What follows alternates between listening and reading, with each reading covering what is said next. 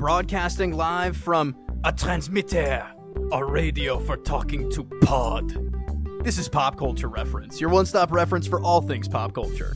I'm one of your hosts, Seamus Connolly. And I'm your other host, Garrett Strother. And as we cover Raiders of the Lost Ark and Temple of Doom for part 1 of our Indiana Jones series this week, we have brought on top men to talk about these movies with us. Experts, our personal friend, Sean from the Till Dusk YouTube channel. I will let him introduce himself. Sean, it is great to have you on the show. Thanks for having me on today. It's great to be here. I'm ready to talk about some Indiana Jones. I am very excited to talk Indiana Jones with you, something we have definitely never done before, ever, once in our lives. Talk about Of course Indiana not. Never in all these years. Oh, but now it's on the record, boys. You can't take anything back after this one. All of your indie opinions will be out there for the world to hear. Held against me. I hope so. But before we get into the man with the hat and the whip, we've got to talk about a couple pieces of news here, starting off with the passing of legendary author and bucker of any kind of writing grammatical convention. Cormac McCarthy has passed away. Some of his most well-known works, of course, include The Road and No Country for Old Men, which were also famously adapted into films. He also wrote Blood Meridian, which I feel like that's the book of his I hear talked about the most, not in the context of adaptations of his work. McCarthy is an author I certainly find interesting. I don't know how much I enjoy reading his work, but I certainly like a lot of the stories he's telling. I probably like the adaptations of his work more than I actually like the work that he wrote, but that doesn't take anything away from the text and how interesting some of his kind of frustrating grammatical tics are. I remember reading The Road far too young and being absolutely disturbed by it, and to this day it is one of my, it is one of the golden pieces of post-apocalyptic fiction that I hold really dear. The movie was also, incredibly disturbing. I still like the movie a lot, but something like No Country for Old Men, a book that was written to be adapted into a film, basically. Like, he wrote it to be a script, and that's why that is one of the most wonky books to, read cover to cover. I think that's incredibly fascinating, and I still love No Country for Old Men as a film, as a Coen film.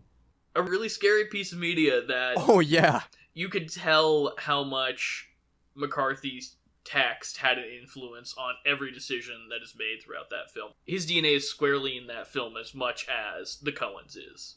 But up next on our small little news docket, we have the very, very exciting announcement of Star Wars Outlaws, a newly announced Ubisoft open-world Star Wars video game coming in 2024.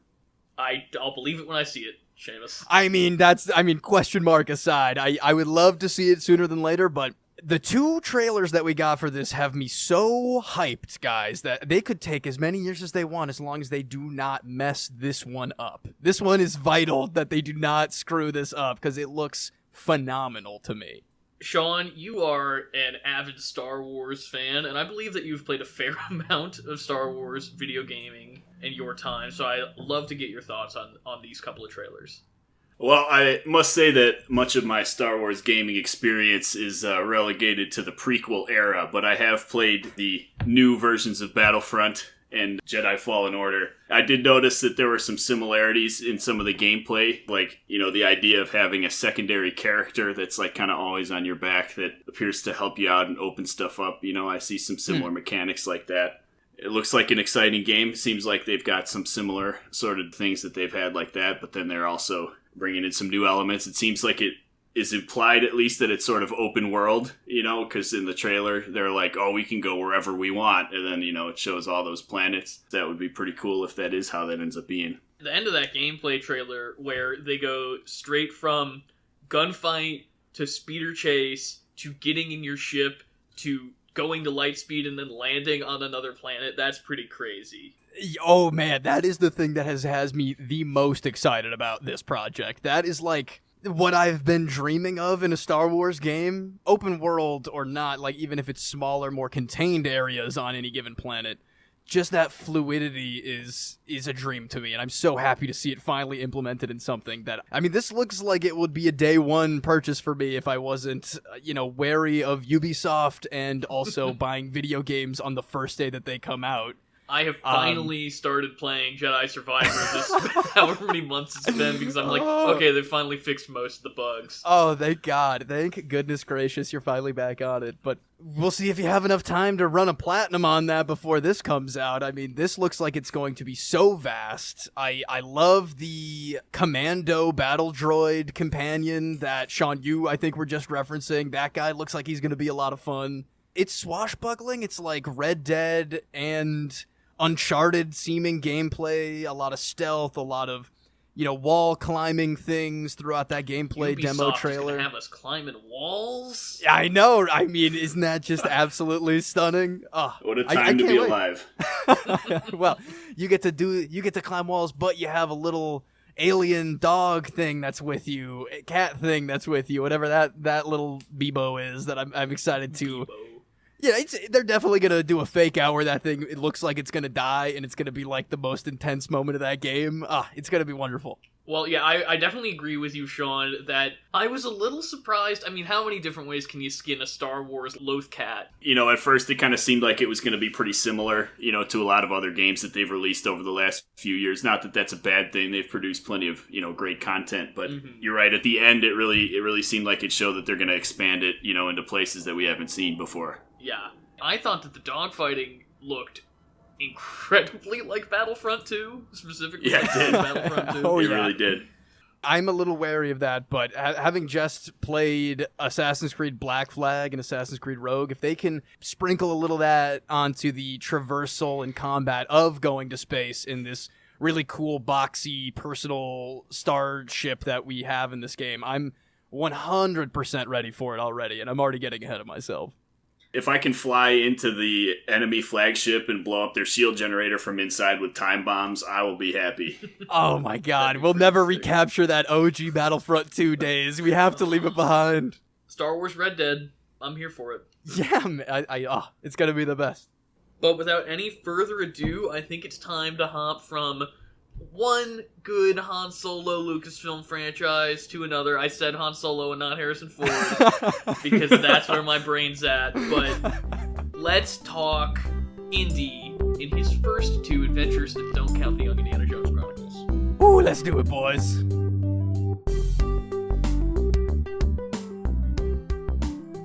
For today's main segment, we are taking a look at the first two Harrison Ford Indiana Jones adventures, Raiders of the Lost Ark and Temple of Doom. Two interesting movies to watch back to back, if I'm being honest, in terms of our four that we're covering in the next couple weeks here. But it's some of the best action adventure cinema ever made. Is that too premature to say? I love these movies so dearly. And I would love to know what you guys think. Do we do spoilers for a 35-year-old movie? I think we start non-spoilers, especially because, I want to hear Sean's background, because the people on the podcast, they know what we think about Indiana Jones. But Sean, I would love to hear what your background and experience and relationship with Indiana Jones, specifically Raiders of the Lost Ark and Temple of Doom, is. Right, of course. So, as Garrett implied earlier, growing up, I was a big Star Wars kid. Of course, all Star Wars kids also like Indiana Jones. If you were to look at my Lego sets, I have way more Lego Star Wars sets, but proportionally, I have probably almost all of the Lego Indiana Jones sets from back in the day. So, percentage-wise, I think I'm higher there. Also, when I was a kid, Lego Indiana Jones, the first one, the original trilogy, if you will, is the only one of the Lego games that I actually got 100% completion on. Wow. Like, as a kid. The rest of them, during the shutdown, I did Lego Star Wars, but, I was, in my 20s by then, so I would hope I would be able to do that. I don't know, that Endor speeder bike chase, man, I don't know if I could do that now. Yeah, but do you know how much time I had? Spring of 2020. That's fair. big Indiana Jones fan. I grew up with these movies. My parents love these movies, so we watch them all the time, particularly Raiders and The Last Crusade. But, Temple of Doom always snuck in there, too. I have had a very complicated relationship with Temple of Doom for my entire life. It's the last Indiana Jones film I was permitted to see, which I don't think is a surprise to anyone, because holy crap, that's quite a movie. But one of the pleasures lately that I've been experiencing, and I think, Seamus, you and I have talked about this a little bit on air, is I don't know if I turned 25 and my brain just decided it was fully developed or what, but lately I've been revisiting childhood favorites and seeing them in a completely new light in a way that makes me appreciate them in the dozens of times I'd seen them before that I hadn't originally. And Raiders of the Lost Ark and Temple of Doom, well, one, Raiders is perfect. I think it's maybe one of the most perfect movies ever made. It's so fun, it's so perfectly paced, and the story is airtight, and the characters are so great, it's so well shot, and we'll get into all of that in a minute. But Temple of Doom, a movie that I had not watched, really that long ago, maybe a year and a half, I got a lot more out of it this time, and it certainly has its warts, but there are parts of this movie that I think are almost franchise highs, and I'm very excited to get into that a little bit deeper. But I was surprised rewatching for the show how much I got out of the Temple of Doom. Well, I, similarly to you both, grew up Star Wars, grew up Indiana Jones. I had the trilogy VHS box sets of both, and I would just pretty much switch off between them, depending on how I felt that day. I've always loved the Indiana Jones films. One thing that I did not remember until this rewatch for this episode, though, is how gory and graphic the violence for both of these movies are. I definitely remember, Temple of Doom was lower on the list growing up, and my mom was definitely like, that's the one that you have to, cover their eyes for. Various things are pulled out of various places with bare hands that need not to have children watch that. It's pretty up there, but even Raiders itself, famously shocking in the violence that is shown in the climax, it's so normalized for me that it was truly shocking to go revisit here after having not seen Raiders for a long, long time. I think let's just go ahead and call spoilers. Most people have seen Raiders of the Lost Ark and Temple of Doom. Do we want to call spoilers for the other two, just in case we're bringing things up? Probably. I think we must. There's so much weird stuff in these movies that kind of play off each other. I think it's worth it. Well, that is spoilers for Indiana Jones 1 through 4, Raiders, Temple, Last Crusade, and Crystal Skull. Garrett, before you continue, I just have to acknowledge what a moment this is for me to hear you formally acknowledge that there are 4 Indiana Jones movies. Oh, because goodness. I remember, in high school, you would always be like, yep, Temple of Doom sure is the weakest of the 3 Indiana Jones movies that exist. Oh, I can see you doing that, Garrett, but we'll get into this more next week. I will defend Crystal Skull to my grave, damn you. I have not seen Crystal Skull in... It's got to be 15 years. It's got to be 15 years since I've seen Crystal Skull. And so I'm very interested to see coming, because there's a lot of movies that I didn't used to like very much from around that time. I'm looking at you, Avatar. That, I don't think I'm going to come around on it as much as Avatar, but sometimes just seeing a, quote, old-fashioned blockbuster that, Steven Spielberg, dude, is a director. He knows what he's doing out there, for sure. So I am very curious to see where I end up landing on Crystal Skull next week, because who knows, maybe I don't think I'll come around on it. I think it's still going to be the worst of the series and all that, but We'll see. I think I might like it better than I used to. I'm in a very similar situation. I don't think I've seen it maybe since the theater. That's possible. Wow. And if not, then right around then. We're 3 little peas in a pod, because I can't remember the last time I saw Crystal Skull, but it is going to be a thrill to revisit and maybe just absolutely dog on for 3 people at once. So yes, with Crystal Skull counted as an official Indiana Jones movie, that is not probably the first time I've admitted that on air, but it's close to, I would suspect. That's the first time I've heard it, and I'm almost moved to tears, if I'm being honest.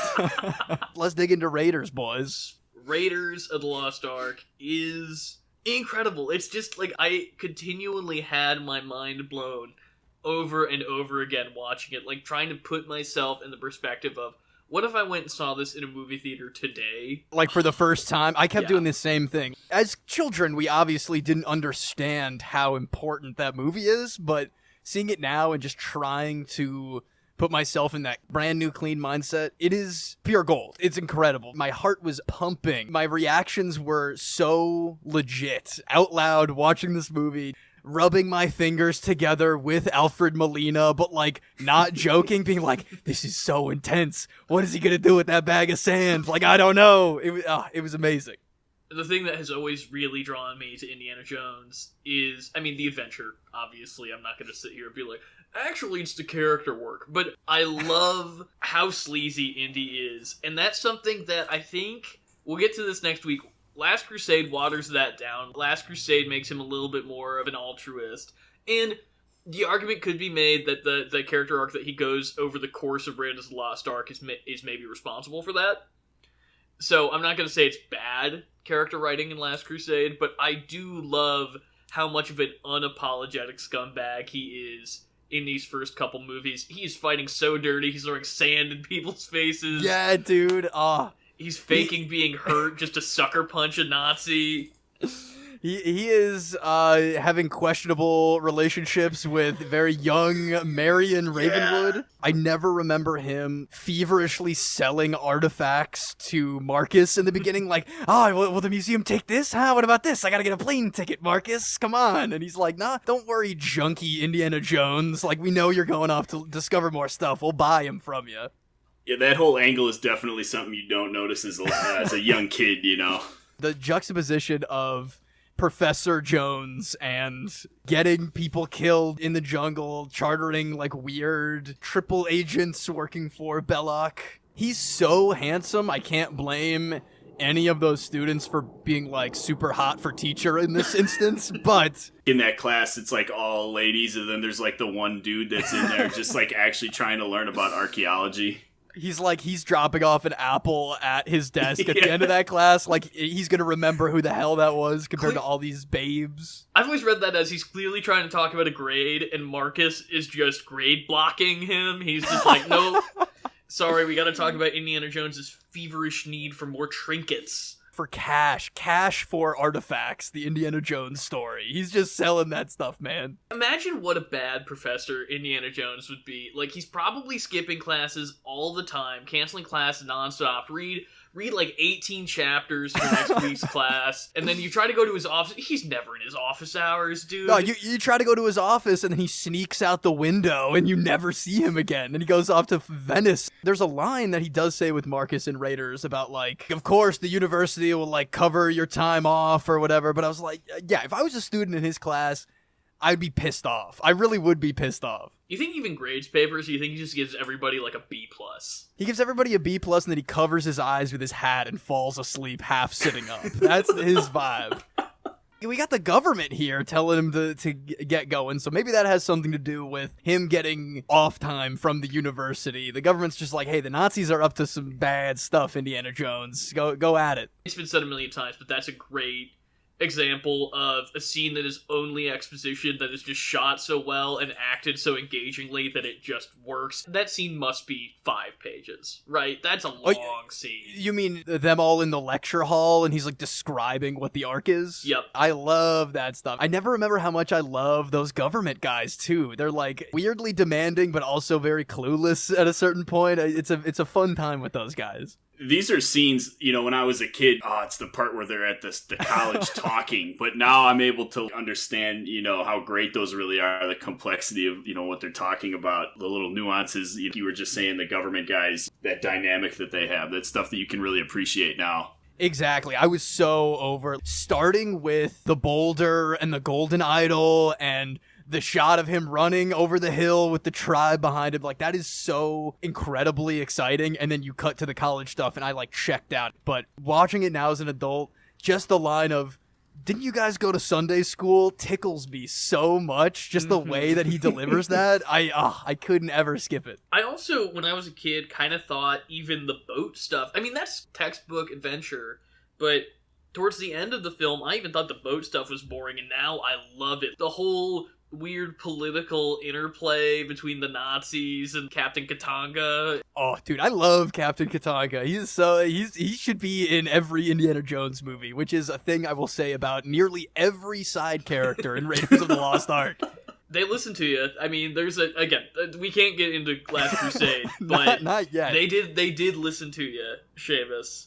I wanted Belloc to be like a running villain. I wanted him to be like the nemesis that they treat him as in Raiders, but I'm sure they go into that more in the Young Adventures. Let's say you're 15 years old in 1981, or just any general moviegoer. This is a movie that's being advertised as the culmination of a partnership between the creative minds between Jaws and Star Wars, the two biggest movies ever at that point. And this movie lives up to that hype. I do not think there's ever been a movie that has probably had that level of gas behind it that really does fulfill its promise as much as Raiders of the Lost Ark. It's pure adventure. It's excitement from start to finish, even as we were just saying.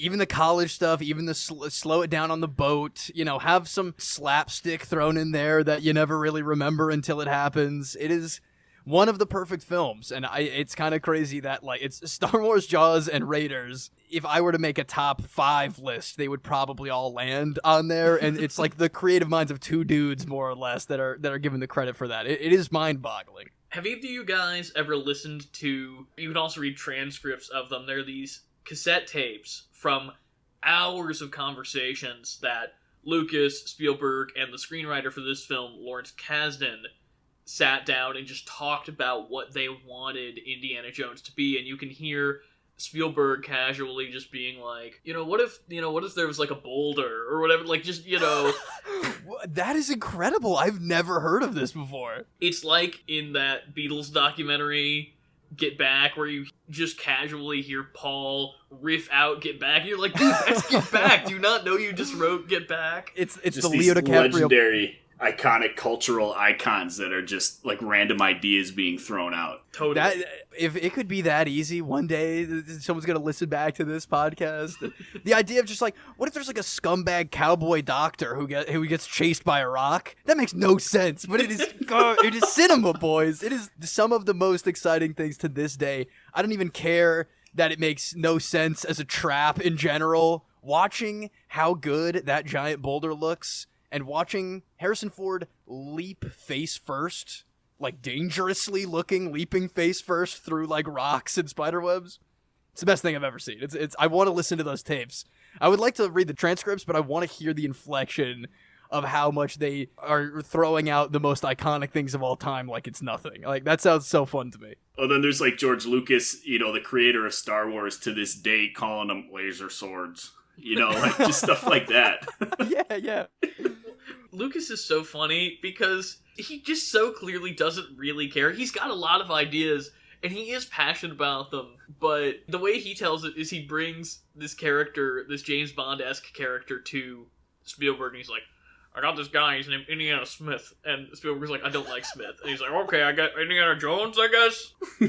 Like, Indiana Smith, it doesn't work, though, I agree. Indiana Smith? That's lame, dude. I do want to talk about, again, rediscovering this film. One of the great pleasures is Karen Allen's performance. I've always liked Marion, she's always been an entertaining character, but this time around I was really appreciating how much work she's doing, especially, Seamus, you alluded to their unsavory origins of their relationship, where it's pretty explicitly said that she was a teenager and he was an adult when they became originally romantically entangled. How much she is always kind of thinking about Jones and how their relationship is evolving over time, and it's like they're meeting each other for the first time as real adults and not a young woman who's being taken advantage of. She's doing such a good job.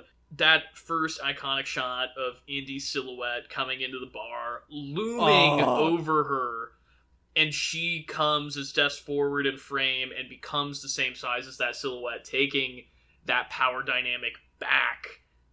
That's such efficient storytelling, and she does such a good job in it.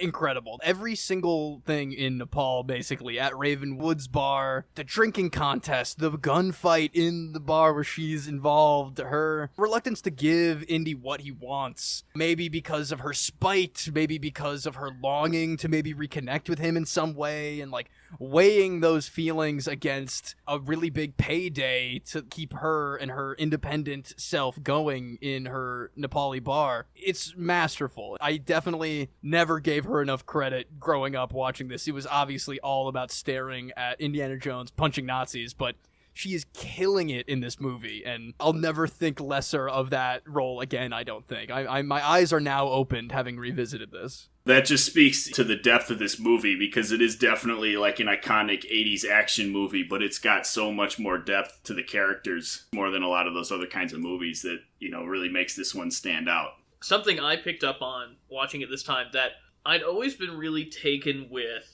You guys probably have this movie memorized and can play it in your brain like I can. There's a shot when Indy's leaving the bar before the Nazis come. As the wind howls and the door slams shut behind him, looking back, his eye is perfectly centered in this grill, decorative in the door, and the light is hitting it just right. It's such a mystical, cool shot, and it's clearly echoing a little bit, you know, the headpiece of the Staff of Ra. He's after this crystal that gleans light through it. That's a shot that's always really struck me, and I was trying to think about and unpack what that meant, and I was really paying attention. And that kind of shot is echoed several times throughout the movie, and I had never noticed that before. And I think that that's a really cool visual thing that Spielberg is doing, and I don't know how intentional it is, but it's there if you look for it. Then later, after Marion dies, quote-unquote, right before the bad dates scene, he's looking out this similar door, actually, to the one in the Raven, and again, his eye is framed up right in there with the little spotlight on it. And then later, again, when they get to the island at the end, he's watching her through this net rope. Again, his eye is centered in the negative space of the net. And then finally, at the end of the film, when he's all dejected after Porkins and the other guy have taken away the Ark and locked it up, he's looking down and looking away from her, and she brings up the brim of his fedora, his business fedora, not his Indiana Jones-like fedora.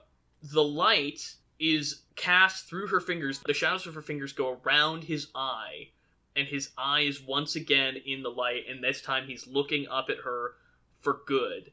And that's basically the last thing that he does in the movie.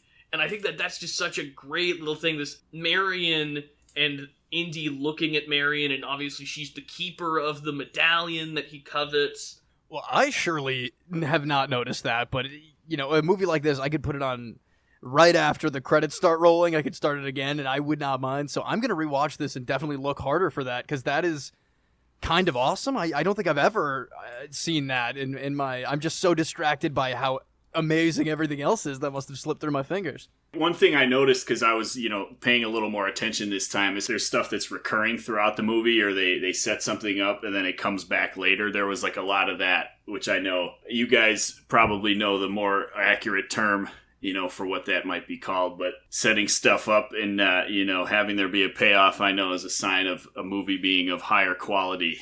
Definitely. Surely. It's crazy how tight everything is. I mean, even if you look at it in a microcosm of just something like one of the great scenes in this movie, the entire bar sequence going from when we meet Marion all the way through the bar burning to the ground. The fact that Marion can drink anyone under the table, the headpiece to the Staff of Ra, Marion and Indy's relationship, Marion setting the headpiece on the candle, which gets called back later. A bunch of things that I can't even list how many things are set up in that sequence. And then obviously a lot of them are also paid off in that sequence, but there is not a second of storytelling that happens in that bar that is not important or like a great joke or telling you something about the characters. There was one cool little part in that whole sequence that stuck out to me this time, where she's holding it. She tilts it towards a candle. The candle kind of flickers when the Eye of Ra is pointing at it, setting up the power of what they're dealing with. I thought that was a cool little moment there. I never caught that. That's awesome. Yeah, I don't think I have either. There's so many details I need to go back for on this one. I'm very excited already to rewatch. There's just so much throughout the rest of the course of the movie. You know, there's like wind or storms or clouds. Like anytime they make more progress in getting closer to the arc, it seems like. So that seemed, at least that was the first point I noticed where there's like supernatural power evident. Mm-hmm. Going off of that point, the storytelling in Indiana Jones is so iconic and lives so vividly in my mind that it's hard to imagine what it would have been like, even with all of the supernatural setup, to just be like, oh yeah, and then God smites all the Nazis and melts their faces. And that's makes at the them end explode. That's the end of this movie. Runs electricity through them, linking them like the wonder weapon in Zombies, and then explodes their heads and melts their faces. It is pretty crazy to think about just the implication of Christian God is real, and he will absolutely kill you if you mess with his power. It is the craziest thing to wrestle with, especially considering the implications of the Temple of Doom and what that means in terms of spirituality in this universe. I think that what we're learning is that the Baha'i faith is the one true faith in the Indiana Jones universe. Everything is true, including aliens and everything else. Time travel, I guess I'm only guessing for the Dial of Destiny. Time travel's a factor. Yeah, something else I noticed this time is that at the beginning, when they're with those government guys and they've got the book and they're looking at the picture, I noticed on this rewatch that like what's going on in the picture is the exact ceremony that they're doing at the end. Oh yeah, I do love finding those little pieces, especially when it reconnects to my new best friend Renee Belloc and his weird respect for all of this stuff. He's got the chest piece with all the gems. He's got the ceremonial outfit. He knows the ancient Hebrew prayers that are going along with this. And that goes back to, I think he should have been in more of these movies. Even thinking about Marion kind of, not like warming up to him, but, you know, having a better time with him, like with Belloc than like the actual Nazis that are there to hurt her. But I do also love watching him just get absolutely wrecked by the power of God on that island. It is satisfying. I'm gonna say it, like, as a kid I was always like, Indiana Jones is nothing like Belloc. He's just blinding him up. That's why I want them to be in the same stuff again, because they are the same, damn it. The only thing, really truly, I think the only thing that separates Belloc from Indiana Jones is the fact that he will work with the Nazis. Oh, scumbag Indiana Jones. I do love to see it. I hope we see more in the Dial of Destiny at some point, but I mean, it's Disneyed up. They're not going to let him be like a weird, genuinely bad guy. I mean, by the end of this movie, he is penitent. He doesn't need to see the arc open. He is willing to sacrifice elements of the hunt. And obviously, by the time Last Crusade rolls around, he's just like he's a much more chill guy. I'll say that. I mean, he's still kind of a scumbag, but a little lesser so. Certainly lesser so. But a couple of things I wanted to hit about Raiders before we move on to Temple of Doom, which I know we're gonna have a lot to say about. The monkey see Kyle, perfect joke. No notes. I don't know how many takes that they had to do to get that monkey to do that, but he had it ready before they cast him. It was like a weird, problematic pre-cancel culture. That monkey made it through Raiders without getting called out. The map room scene, they took what could be the most boring scene in the movie and made it one of the most memorable scenes in the movie. It's just a guy standing in a room while the sun rises, and that's it. It's bone chilling. It is tingling, that scene. And I mean, absolutely 100% all props to the Lord God himself, John Williams, which we haven't even mentioned yet, that he is making these movies what they are. Like 50%, it's all John Williams. And that scene specifically, he shines. This is the first movie that I remember thinking, I really like the music in this movie. I definitely had an ancient vinyl record of that soundtrack that I bought for like $1.50 with a disintegrating cardboard sleeve that it came in. But man, I bet honestly, if I look through my records, I might still have it. And you bet your ass, little kid Seamus was playing that first theme track and just whipping a cowboy hat and whip around. Like, my God. I actually have a original demo disc that they sent to record stores What? of the Raiders of the Lost Ark soundtrack. That is an absolute collector's item. That is genuinely very cool. I don't know where It that might is. be I can worth some find money. Yeah, What- for real. It Yeah. belongs in a museum. Another thing we'll talk about in Temple of Doom, the way the themes play together, I think is so intricate and cool. But the last thing that I gotta note is Tote is a great villain, hands down. Like, he's just so scary and creepy and weird. And again, that bar scene is so scary. Like, as an adult, I'm like, that's so scary. He's a menacing man, and I don't know what he ever really did later in his career, but like, Old Lacey. I hope he wasn't typecast, but I'm like, he's really good at playing that scary, intimidating leather trench coat role. So, I mean, if he did it again, I wouldn't be that upset, but man, he is fantastic in this. The thing I really love watching as an adult, he's so over all of this. Like, he doesn't care. Like, when Indiana Jones pops up with a bazooka and he's like, I'm gonna blow up the Ark and everybody's standing down there, he's like, oh good, I can sit down and fan myself with my hat. Like, he's not concerned in the least. He's just trying to get back to Berlin, dog. This is not his cup of tea. Like, he laughs when the tablets aren't in the Ark. Oh yeah, he That's has right. like a weird "I told you so" kind of attitude in that scene until he is maybe killed in the most horrific way anyone has ever been killed on screen. His gargled screams while choking on his own liquid face is the most messed up thing of all time. I don't know if I've ever heard that sentence come out of anyone's mouth before, but that's exactly how you would have to describe that. It really is. You can tell he's alive to taste his own melted face. It is the craziest thing to think about. The effects for the melting face are unparalleled. If they put all the money into the face melting, I would not be surprised. The guy who doesn't care, let's have his face melt up. He gets the worst one and he cared the least. Why did God say, you know what? No.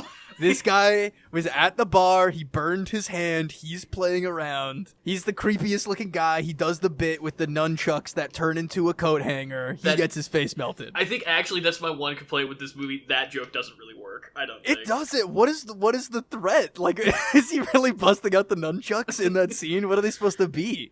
Spielberg, I think I remember correctly that Spielberg did that joke in another movie and it didn't work in that movie. And I was like, so Spielberg, why did you think it was going to work in this one? Oh, because we're going to get to Temple of Doom soon, and there are jokes that he recycles but actually does in a different way that I actually do not remember and love now, but that is not one of them. I guess the final note on Toad is he is the Nazi that the other Nazis are like, this guy's messed up. Like, this guy's the guy we call... This guy Nazis. He is the Nazi in charge. Yeah.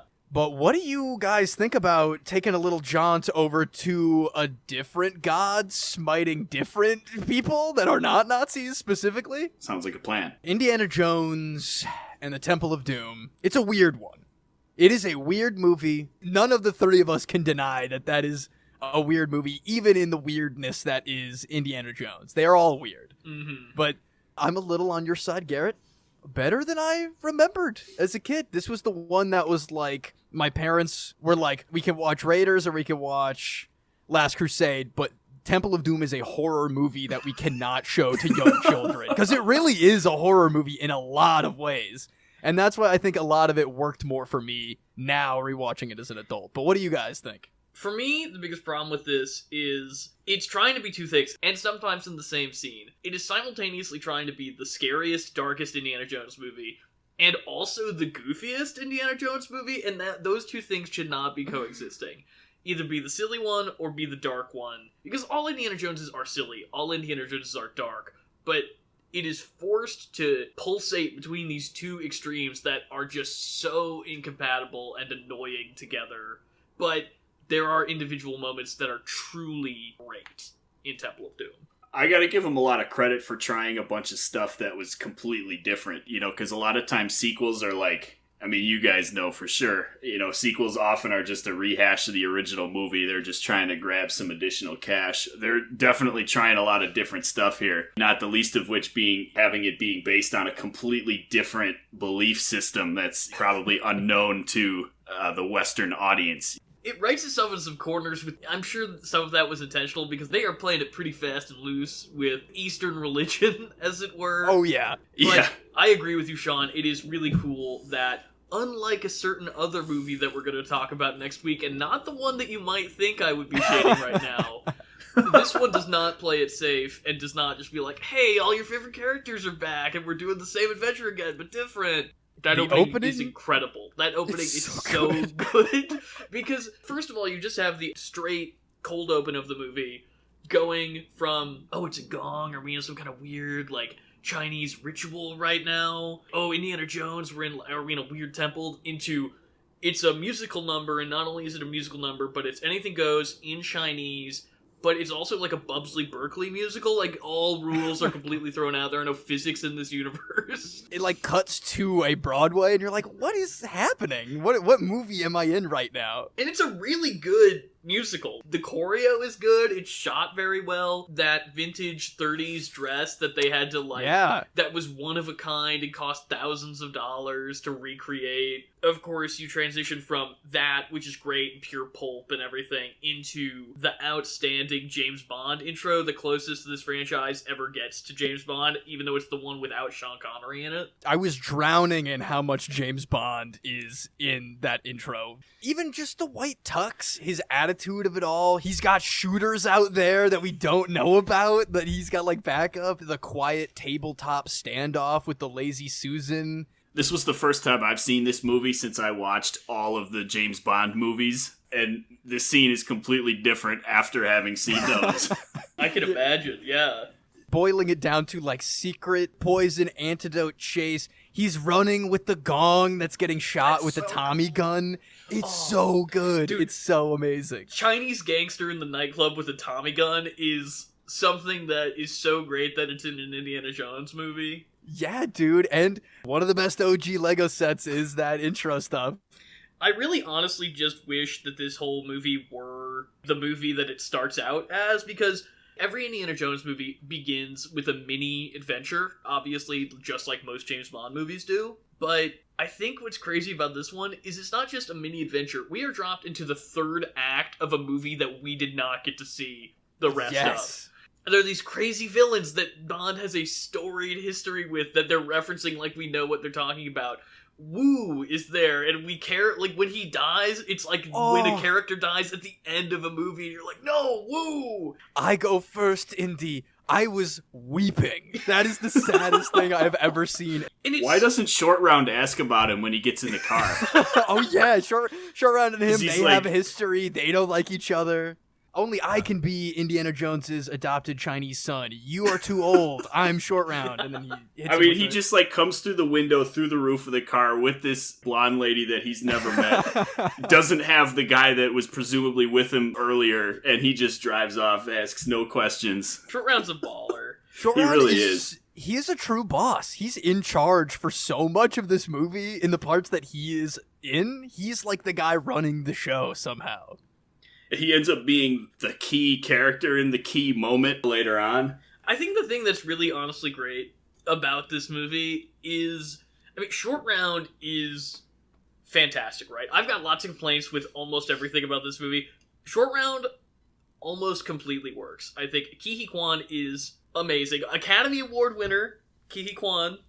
Rightfully so. God bless him. He is fantastic, and I love that Short Round's arc has nothing to do with, like, he's a kid, so he's got to learn to grow up and be competent. No, Short Round starts this movie as an equal to Indiana Jones, is equally competent to Indiana Jones, and basically spends the entire movie being mini Indiana Jones, which I think is really great, because the real arc that he and Indy both go on over the course of this is not that Short Round is learning to be more competent to earn Indy's respect or anything like that. It's that they are learning to be a father and son dynamic that they are clearly not allowing themselves to be when this movie begins, and that Indy is opening himself up to having friends and love in his life. And if we didn't mention this already, as most people probably already know, this movie is, of course, a prequel to Raiders of the Lost Ark, which was a really good decision, I think, in retrospect. Yeah, it definitely confused me as a kid a little bit. Be like, what is it? Why isn't he saying literally anything? Like, I guess I just fully ignored the time, the title card of 1935 instead of 1936. But it is kind of wild to think about. In like 2 years, Indiana Jones does the Temple of Doom and Raiders, and it's just like, he's got to be so tired. Why isn't he taking a break? He worked that Indiana Jones. Before we get too far off the topic of Short Round, I'd like to talk about his hat, because I had an interesting thing I noticed about it this time. Garrett, stop laughing. I will not. I'll stop. I'm a big baseball fan. You know, I go to a lot of Cubs games every year. So, of course, I was like, oh, yeah, Short Round's wearing a Yankees hat. You know, I'm looking at the hat, and I'm like, wait a minute, that's not the Yankees NY. And so I looked into it, and he's actually wearing a 20s New York Giants hat. Oh, I thought the opposite this entire time. I always assumed it was a Yankees hat because it's Yankees colors, it's NY, but the Yankees NY is like sans serif, whereas if you look at his hat...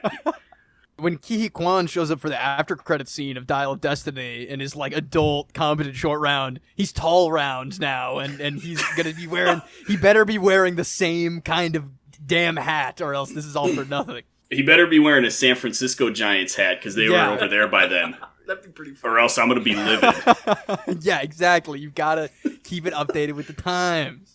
We're going to New York City in the new one, it looks like, from the trailers, so I feel like it is very probable that if Short Round shows up, he's wearing a Yankees cap. That is, unfortunately, probably the way it goes, Sean. So you will have something to be mad about, and you will have called it on this show. Oh, I'm already looking forward to it. Oh, I like that when Indy is gonna go have sex with Willie...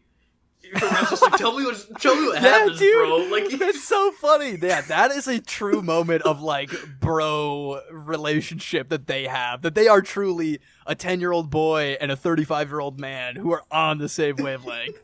Talking about shenanigans before, the whole 5 minutes bit had me really laughing. I never remember that. Oh, really? And as a kid, it fully...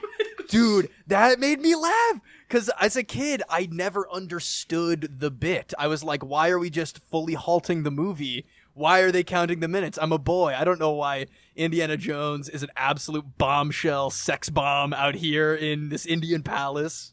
So it worked for me more this time.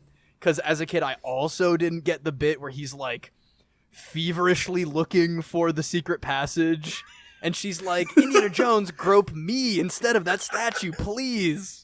He's getting all up on that statue. Oh, really he's is. getting a piece. Yeah, he really is. He is sweating looking for that message, going for it hard. Oh, man. Should we talk about Willie Scott? I mean, should we talk about Willie Scott? I feel like that sex scene, or not sex scene, as it were, is the time where you're like, oh, Spielberg's in love with Kate Capshaw, huh? Just like the way he shoots her is clearly like... No, I get you. So, yeah, it's a very interesting thing. But yeah, Willie, sucks. Willie is a terrible character, and I hate her. You don't want to hear a woman scream, Indy! Over and over again? You don't want to hear that? She works at the beginning. In that situation, I think she is mostly justified. And the whole farce of her trying to get the diamond, I think, works. But really, the second that Lao Che plane door closes... all of my patience stays on the ground in Shanghai. In Shanghai.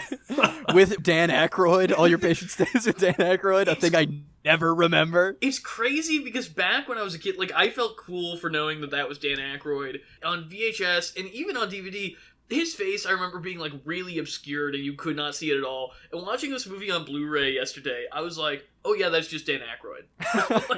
He is British, though, as far as I remember, which Yeah, is that is definitely true. what threw me as a kid. He's doing a weird voice. And I'm sure, a Blu-ray on my TV that I could pause is going to look a lot better than whatever 35mm film print most people saw this movie on in 1984.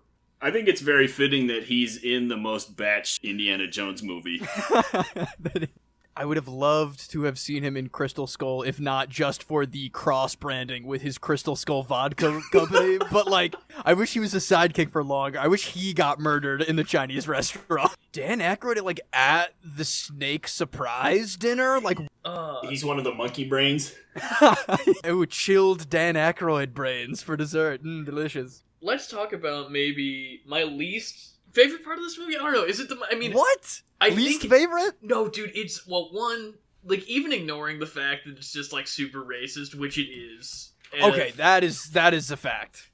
But on top of that, I think it perfectly encapsulates the entire problem I have with this movie, which is at one end of the table, you have the cool, scary movie going on, where Indy's like, I thought we were talking about folklore, and all that stuff. Right. That's cool. That's a great part of that scene. Then at the other end of the table, you've got the Marx Brothers and Willie Scott. Opening up her eyeball soup that is like, it's like suddenly eyeball soup. Like the eyeballs emerge at the right time. I just hate it. It's so stupid. I'm over it. And by that part of the movie, I'm really over it because we just sat through the whole, we're going through the jungle and there's a vampire bat and I'm screaming and there's a monkey and I'm screaming and there's an elephant and I'm screaming. Yeah. Oh my God. When they camp out at night and it literally is just like 5 things in a row that make her shriek and run around while Indy and Short Round are playing cards and they're doing a funny bit about cheating at cards, but she's like overlapping all the fun stuff that's happening a lot of the time with that stuff. In terms of my little kid brain who's remembering this movie and being like, how are they showing this? How are they doing this gross live eels inside of the snake? The monkey brains is less gross, and that's more of just like, what are we doing here? This is so goofy.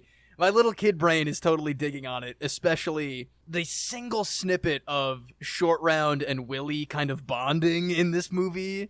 Because they're each doing their own separate things by themselves and with Indiana Jones, but that's like the only time that they're like, what do we get ourselves into here with this old Indiana Jones that we're following? Plus the shot that made me cackle as a child where Short Round gets scared of the dancers coming down the hallway. That still makes me laugh, goddammit. It really does.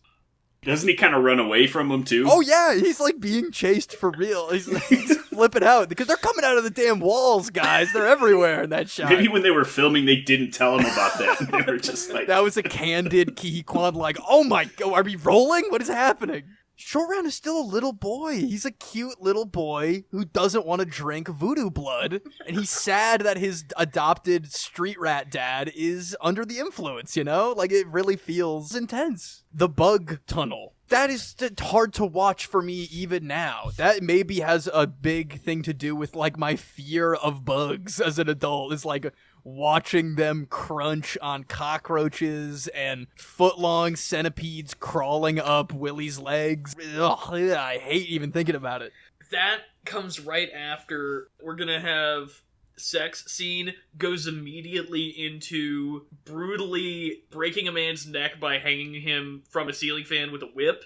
Oh my God, I forgot about that, dude. Sean, were you remembering that man was about to be swung in a circle, like, casually? That messed me up. Oh, yeah, definitely. That's definitely a memorable moment from when I was a kid. Actually, I was, like, thinking about it before that part happened, and I was looking for him, like, in the background, and he's actually, like, in the background against the wall for that whole scene before that. Is he really? So, yeah. Oh, that's awesome. crazy. He blends in really well. You'd have to really be looking for him, but he's there. There were definitely some moments like that where I'm like, this is kind of like a Scooby-Doo sort of thing here. They're like, ooh, we're going up to the spooky castle. You know, there's been spooky stuff happening. They really do be going up to the spooky castle. I mean, come on. They get sent off and, like, there's strange things happening at the evil temple. And they're like, well, I guess we'll go check it out. I mean... My thesis for this movie is that I think it is the truest adaptation of a serial, like a 30s serial. Definitely. It starts in the middle of a storyline, just like a 1930s serial would. Like, come back to the theaters next month to see if Indiana Jones gets the Peacock's Eye Diamond from Lauche, and then you go in and they have I think the scene that immediately precedes the dinner scene where they're all just standing around talking on a soundstage. I'm like, this is just, it would be one shot in a 30s serial, there would be a bunch of continuity errors. And it's so goofy, and it's so pulpy. I mean, the Temple of Doom is by far the pulpiest, goofiest name in the entire franchise. And that's with the name Kingdom of the Crystal Skull in it, so... But then again, It really is a Temple of Doom, isn't it? They pull that man's heart out of his chest. We have yet to talk about that, you know? I think it's an accurate title. It's just shocking how doom-filled this temple really is. Child slave labor, human sacrifices, evil gods pulling hearts out of chests and sending them into the actual pit of actual hell. It is pretty intense. The visual effect of him, like, putting his fingers into the guy's chest and taking out the beating heart is insane. Especially, I mean, for the time even. Like that scene later where he's, you know, right up by Indy on the bridge, you know, and he's like reaching for his chest, you know, you could almost imagine like the fingers going into his chest. Yeah, they set that up really, really well. Yeah. So good, so good. That's a quick question I want to bring up, but not get too derailed. Is him on the bridge the sexiest he is in this movie? He's really good looking once his sleeves start coming apart, you know? Yeah, I think that is probably the hottest Indiana Jones ever is, period, if I'm being honest. Ever? Because he's real handsome in Raiders, but he is like holding that machete post-cult hypnosis. He's really good. In the light of day on that bridge, love him to death. So good. The last time I watched these movies was during the pandemic when everybody had tons of time, so I watched a bunch of the special features. Harrison Ford was talking about how they had him on a workout routine leading up to this movie and how they had him doing all this stuff, and he was on a special diet, and they did all the shirtless scenes first, like right at the beginning when he was at the peak there. Because I guess like by the end of the movie, it had started to fade already, like when they were getting done filming. Well, he got really messed up making this movie. He had like a hernia or something. Oh my gosh, really? He got injured, I think, during the scene where the assassin comes into his hotel room. And so pretty much any time you don't see his face in this movie, and actually I caught a couple of times where you do see his face in this movie, he's played by his stunt double, Vic Armstrong, who does, to be fair, bear a pretty striking resemblance to Harrison Ford. Wow, they did that really well, because I actually didn't notice too much of that. I mean, there were a couple times in Raiders where truck chase-wise, I was able to sneak a peek at the stunt double guy's face, but not in this one as much as I thought it would be, because there are a ton of stunts in this movie that I didn't remember. The bridge alone is one of the greatest Indiana Jones moments. It really encapsulates that character perfectly. He is so in over his head. It is an inescapable situation. What is he gonna do? He's gonna cut the bridge down. Slowly creeping at him from both sides. You know what? He is making it up as he goes along, because he's going for broke. I love him beating up the guy down in the mine, and that he looks so angry. During that same shot, I love Short Round just absolutely wailing on the prince, like, in the background. Yeah, dude, yes. He's going ham on him. Short Round and the prince. Yeah, I do like that weird beat down, because that prince is also, like, a really weirdly scary bad guy when he's under the spell. Like, using the voodoo doll to stab Indiana Jones. I really hate the brainwashing stuff in this movie. The entire time that Indy is under the influence. Like, I know you have to do something like that for a beat to go into the third act, but just cut that whole part of that movie. Let them sacrifice Willie. Good. Nope, he drank the magic blood out of the corpse head, so, like, he's just evil for a while. The production design on that corpse head, though, pretty good. Like, pretty good looking. Disgusting, corpse head. Absolutely. The tongue of that corpse is like the little spigot where the blood comes out. It's like curled up a little bit. It's truly gross. Ugh. We do need to wrap up on time here, boys. I want to do a quick rundown. I've got a bunch of things that I want to talk about that I'm just going to rapid fire bullet point them. Undoing Indy's arc from Raiders means that he gets to be a real bastard again. Like, he's straight up going to kill this innocent woman in the nightclub if he does not get his diamond, and I believe him. You didn't get to that episode in The Young Adventures yet, but that peacock's eye is important, Garrett. The end of the opening sequence ends with a plane going into the sunset, just like it does in Raiders of the Lost Ark, which is something I never caught before. I really like the shot of the raft falling that's like 20 seconds of just the raft falling. Because if that movie came out today, we'd be up in the raft with them and it'd look all CGI and weird and there'd be air effects and stuff. And honestly, it's way more thrilling to just go, raft goes out of plane onto mountain, one shot, that's it. On the topic of the raft, real quick, when I was a kid, like in Scouts, we went whitewater rafting one time, and I was like, oh man, this is just like Indiana Jones. But then I was like, wait, there is no cushion at all on the bottom of this thing. It is just canvas. I was like, that scene makes no sense at all. I like how he just completely glossed over the fact that there would be 3 dead bodies on a raft instead of like, wow, I can't believe we got out of the plane with the raft. Like, it makes less than no sense, but nuke fridge is all I have to say with that, and we will do more on that next week. We will talk more about nuke fridge next week. That kid that escapes from the mines and comes back to the village, that kid is a hero. Think about how that kid had to get there. It was not close. Like, they rode elephants. They rode their 3 cool concentric elephants for a while to get over the Maharaja's palace. Jungles, through the bats, through everything. You really got to go up in there. He had to escape the Temple of Doom, which is something it took Indiana Jones several days to do. Then he had to walk the entire way back to his tiny little village without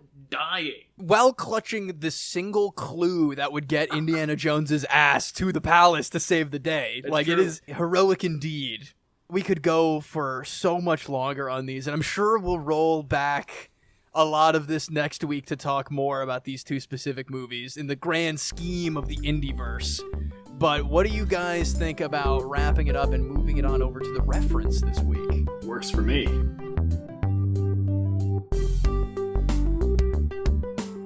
For today's pop culture reference, we're doing something a little bit differently here. As usual, when we invite a guest on, we also ask them if there's anything that they want to share with us for the pop culture reference segment. And Sean has prepped his own pop culture reference, which I will let him go ahead and take Seamus and me and all you folks listening on a journey.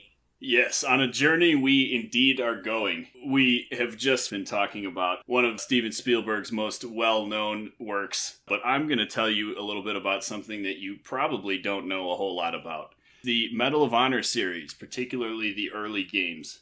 As you may know, Steven Spielberg was one of the founding members of DreamWorks. So in 1995, DreamWorks SKG was founded, SKG being the first initials of the founders of the company.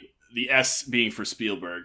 At one point, Spielberg decided that he would like to try making video games because he had enjoyed playing video games throughout the 70s, playing those arcade games, that sort of thing. So he began negotiations with Microsoft to create a video game studio, and that became DreamWorks Interactive. They went on to make several games. Most of them were not very successful. They made a game called Trespasser, which was supposed to be a sequel, sort of, to Jurassic Park: The Lost World. And it is considered to be among the worst video games ever made. I've never heard of it. While he was making Saving Private Ryan, the legend has it that he saw one of his kids playing GoldenEye, the James Bond game. So that one was considered to be like the first-person shooter standard at the time. So he thought, you know what, I'm going to do a Saving Private Ryan sort of realistic World War II video game. So they began developing Medal of Honor. Throughout the process, that was criticized by the Medal of Honor organization itself. You know, they were pretty unhappy that they were taking something so serious and important and just making it into a video game. They took a lot of care to really make sure that they were being respectful to the history of World War II. Eventually, they made Medal of Honor, where you play as Jimmy Patterson, an OSS agent. It's a lot more like a spy game than it is a modern first-person shooter. A lot of the missions, you're infiltrating some kind of Nazi setup, and you're blowing stuff up, you're messing things up for them. There's some levels where you walk in disguised as a Nazi officer, so instead of a gun, you have papers that you hold out. So this game was very well received at the time. The AIs were very advanced, like the enemy AIs. If you shoot different parts of their bodies, they react differently and have different animations depending on where the bullets actually hit. And it ended up being very respectful to the history. DreamWorks Interactive ended up making 3 more games. Medal of Honor Underground was the next one, which was also on the original PlayStation, like the first Medal of Honor. That one, you play as a member of the French Resistance. She starts out in Paris with the fall, the Nazis take over, and then you go through all these different areas. Some interesting ideas that Spielberg had come back in that one. And then there are 2 more. There's Medal of Honor Frontline and Medal of Honor Allied Assault, which also were made by DreamWorks Interactive. The series went on after that, but the studio got bought out and ended up going somewhere else, and there weren't a lot of the original ideas and team members, so I personally think that the series drops off after those first few. And obviously, as I'm sure you all know, Call of Duty really takes over mid-2000s. Apparently, Call of Duty in the original file was called MOH Killer, which it did go on to do, as it turned out. Something else that you guys might not know, Michael Giacchino wrote original scores for all of these games as well. So the music in these games is phenomenal. So that's a little bit about Medal of Honor, a little passion project of Steven Spielberg, something that you guys may not have known about. Medal of Honor was definitely a huge part of my youth gaming. I had that triple pack of Frontline, Rising Sun, and European Assault on the PS2. And I was so happy when you said Frontlines was one of the Spielberg ones, because I, for one, had no idea that he even had any hand in that realm. To this day, I will think about those old Medal of Honors way more fondly than pretty much any modern Call of Duty that I've ever played.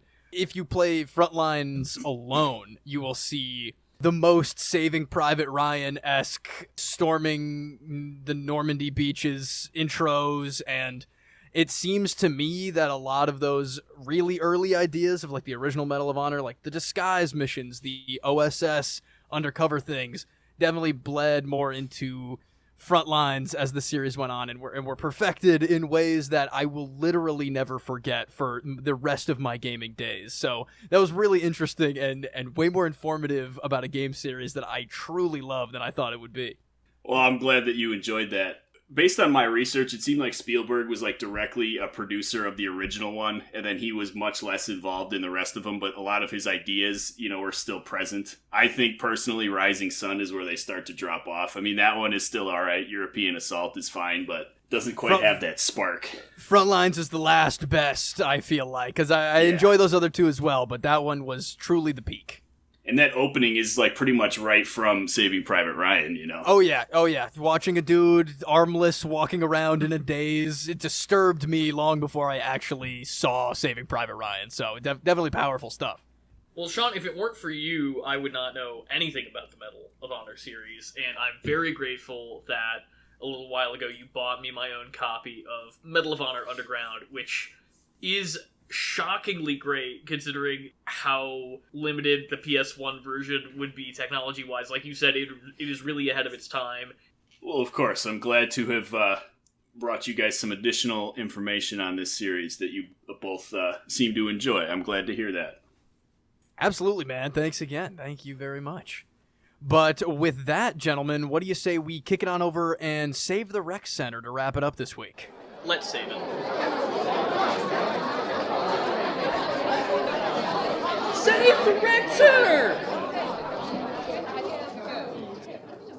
Now it's time to save the rec center, where we bring you our weekly recommendations. Sean, since you are our guest, I would love to pass it over to you and hear what you have to recommend for us this week. Of course.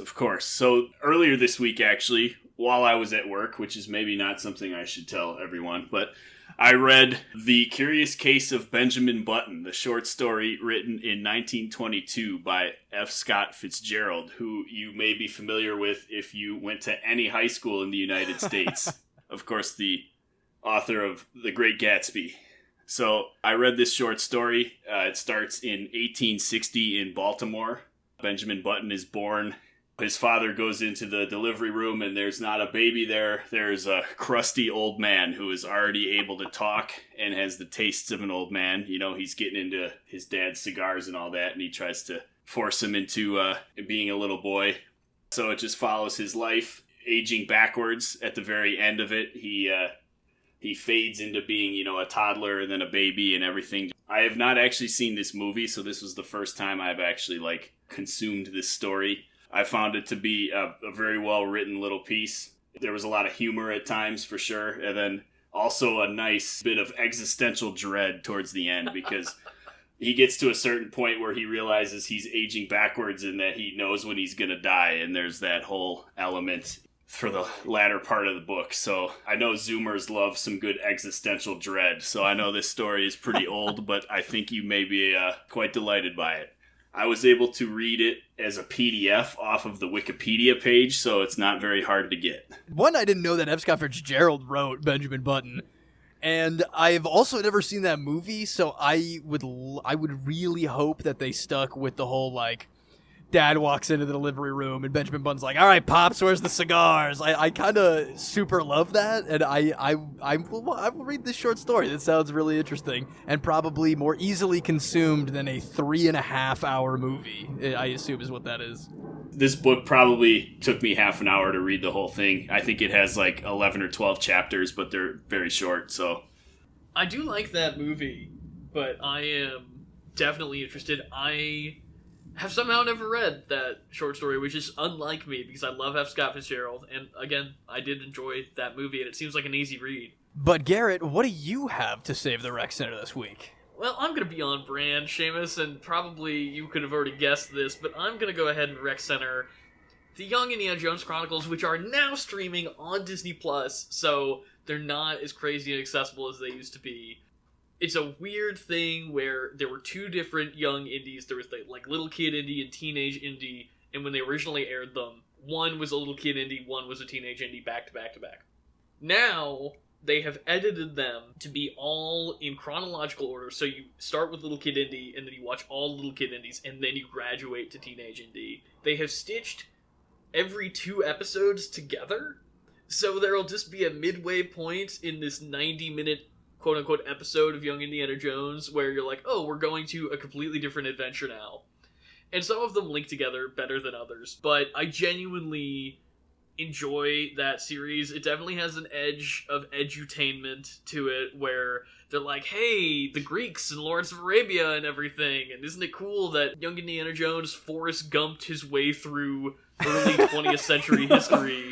Oh, you really did that, Indiana Jones. But if you can get past that element of it, and some of the slowness and some of the brown face in one of the episodes, then it really is a genuinely enjoyable time for anybody who likes Indiana Jones. Now streaming on Disney+, Young Indiana Jones Chronicles. Get on it. Now that it's on Disney+, I don't have to keep looking at my unplayable USB drive in shame that you gave me with the entire series on it. For the life of me, I could not figure out how to put it on my TV and play the damn thing. So now that it's just kind of accessible at the click of a button, I really do want to get back on that. As a kid, I had the VHS tape of The Legend of the Peacock's Eye, which is one of the way later ones that obviously ties into Temple of Doom, but I want to go through the whole gamut. I want to run the whole thing. It looks really fascinating. It was definitely iconic when you showed up to my Super Bowl party with the hard drive with it on there, and I was like, oh, sweet, and set it on my desk, and you were like, no, download it now so I can take this home. And then give it to me, presumably, the one that's in my hand right now. That may well be it. But now we all have it, boys. We got to get caught up on Indy. We got to learn how this little boy becomes the world's biggest scumbag / grave robber. It really doesn't seem like that many episodes when you look at them all together there on the Disney Plus page. But Seamus, what do you have for us to close us out? Unsurprisingly, Garrett, I have a horror video game to share with the world. I know. But this is one that I think is right up your little yellow belly alley, Mr. Garrett Strother.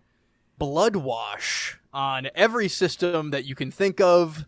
It is a giallo horror-inspired, low-polygraphic PS1 style first-person horror game that takes all of an hour to complete. A lot of the charm of this game comes from how purposefully low budget it feels. It feels like you're really stepping into some random low-budget horror film about a serial killer slasher in the bad part of town.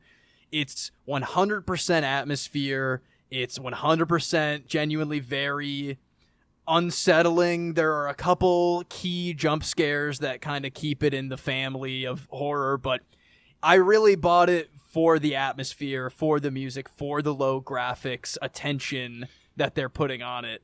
And it is worth every cent of the $5 that I spent on this one. I couldn't recommend it enough. It's from this group of game developers and publishers that are very specifically making PS1 style games that play like very modern games. So it's, again, mostly about the audio and visual styling to make it feel very old, very VHS, very RCA cables. Is that what they're called? Whatever that is. even you could handle it, my beautiful friend Garrett Strother. I know you're not a horror man, even though you lied to me last week and said you'd play Madison. It's too scary for you, man, I promise you. But this one is all you. Sean, I don't know how you do with horror, but I would recommend this to anyone. Horror. Well, then there you go. This is all yours, my friend. It's on sale right now on PlayStation. It is well worth the money. Very short, very beautiful time. I love horror, and I just spent like 5 minutes talking about all my PS1 nostalgia, so you know I'm in on that one. Dude. There you go. That's for you, Sean. But I think that wraps us up for this week's episode of Pop Culture Reference. Sean, I am so glad that you agreed to come on the show with us. I would love if you could shout out, even though you'll be on next week for Last Crusade and Kingdom of the Crystal Skull, where people can find you on, your content channels. Where should people go for more Sean? How could I do something like this without shilling my YouTube channel? That wouldn't be very YouTuber of me at all.